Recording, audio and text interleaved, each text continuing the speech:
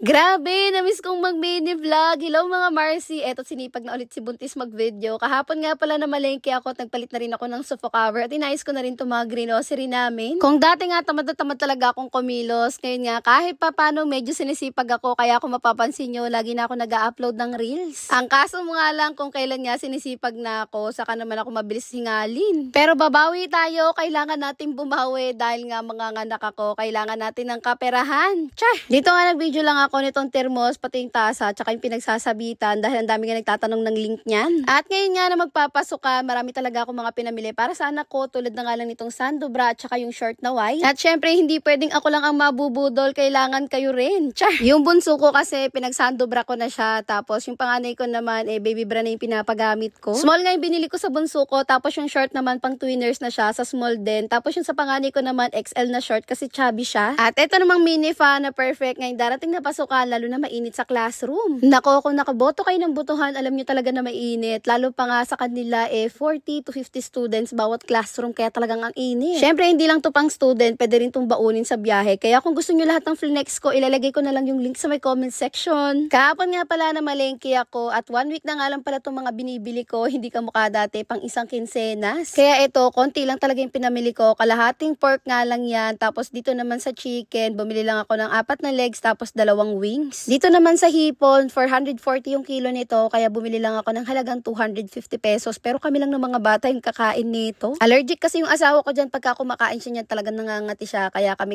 lang ang kumakain. Kaya pag ganyan, hiwala yung ulam niya, at kami nga yan ang huulamin namin ng mga bata. Bumili lang ulit ako ng boneless na bangus, tapos eto namang galunggong, napakamura, 80 lang ang kilo nito, kaya bumili na ako ng 1 kilo. Kahapon kasi nung namalengke ako, medyo mura talaga yung mga isda. Meron pa nga ako nakikita na 50 lang bawat tumpo. Bukod dyan, bumili lang din ako ng ilang frozen foods lang. Tulad nitong hotdog, kalahati lang yan, tapos 2 ham. Ilang araw nang walang balot tong sofa namin, kaya ito binalutan ko na. Tinatamad kasi talaga akong balutan to dahil medyo nahihirapan ako magbalot pag ito yung gamit kong sofa cover. Nagustuhan ko kasi dito, kahit medyo mahirap siyang ipangbalot, balot na balot, kaya naman hindi madaling madumihan yung sofa namin. Kaya naman 2 klase nga ang meron ako nito. Yung medyo brown siya, tapos ito lighter ang color. Tig 2 seaters nga pala yung bawat sukat itong sofa cover, at L-shape nga pala itong sofa namin. Mukha lang siyang malaki, pero tig 2 seaters lang talaga to. O, diba? Medyo matrabaho talaga at kailangan ko pang ihiga itong sofa para nga maitali ng maayos dun sa ilalim at mahigit siya ng maayos. Pagkatapos, ilalagyan ko lang din siya ng foam stick at inaayos ko nga yung pagkakalapat para mas magandang tignan. Grabe, ang dami nga talaga nag-aantay ng mini vlog ko. Sabi nila, bakit ang tagal ko daw walang mini vlog at kung magmi-mini vlog pa raw ba ako? Oo naman mga magmi-mini vlog talaga ako. Kaso nga lang, nung nakaraan kasi, tamad na tamad talaga ako. Ewan ko sa pagbubuntis ko ata. Sisikapin ko na makapag-upload na lagi para nga makabawi man lang ako sa inyo. Eto nga mga grocery namin, nung day off pa to ng asawa ko, mauubos na lang sa karton, kaya ito inayos ko na. Yung huling upload ko ata sa grocery vlog, asawa ko pa yung nag-asikaso. Ewan ko ba, wala talaga ako sa mood mag-video-video. Pasalamat nga ako kasi matatapos na ako sa first trimester. Gagaan rin yung pakiramdam ko, sana nga. Ngayon kasi, nasa 11 weeks pa lang ako, pero grabe, sobrang dami ko na talagang nararamdaman ngayon. Dati kasi nung nagbubuntis pa ako sa panganay at pangalawa ko, medyo chillax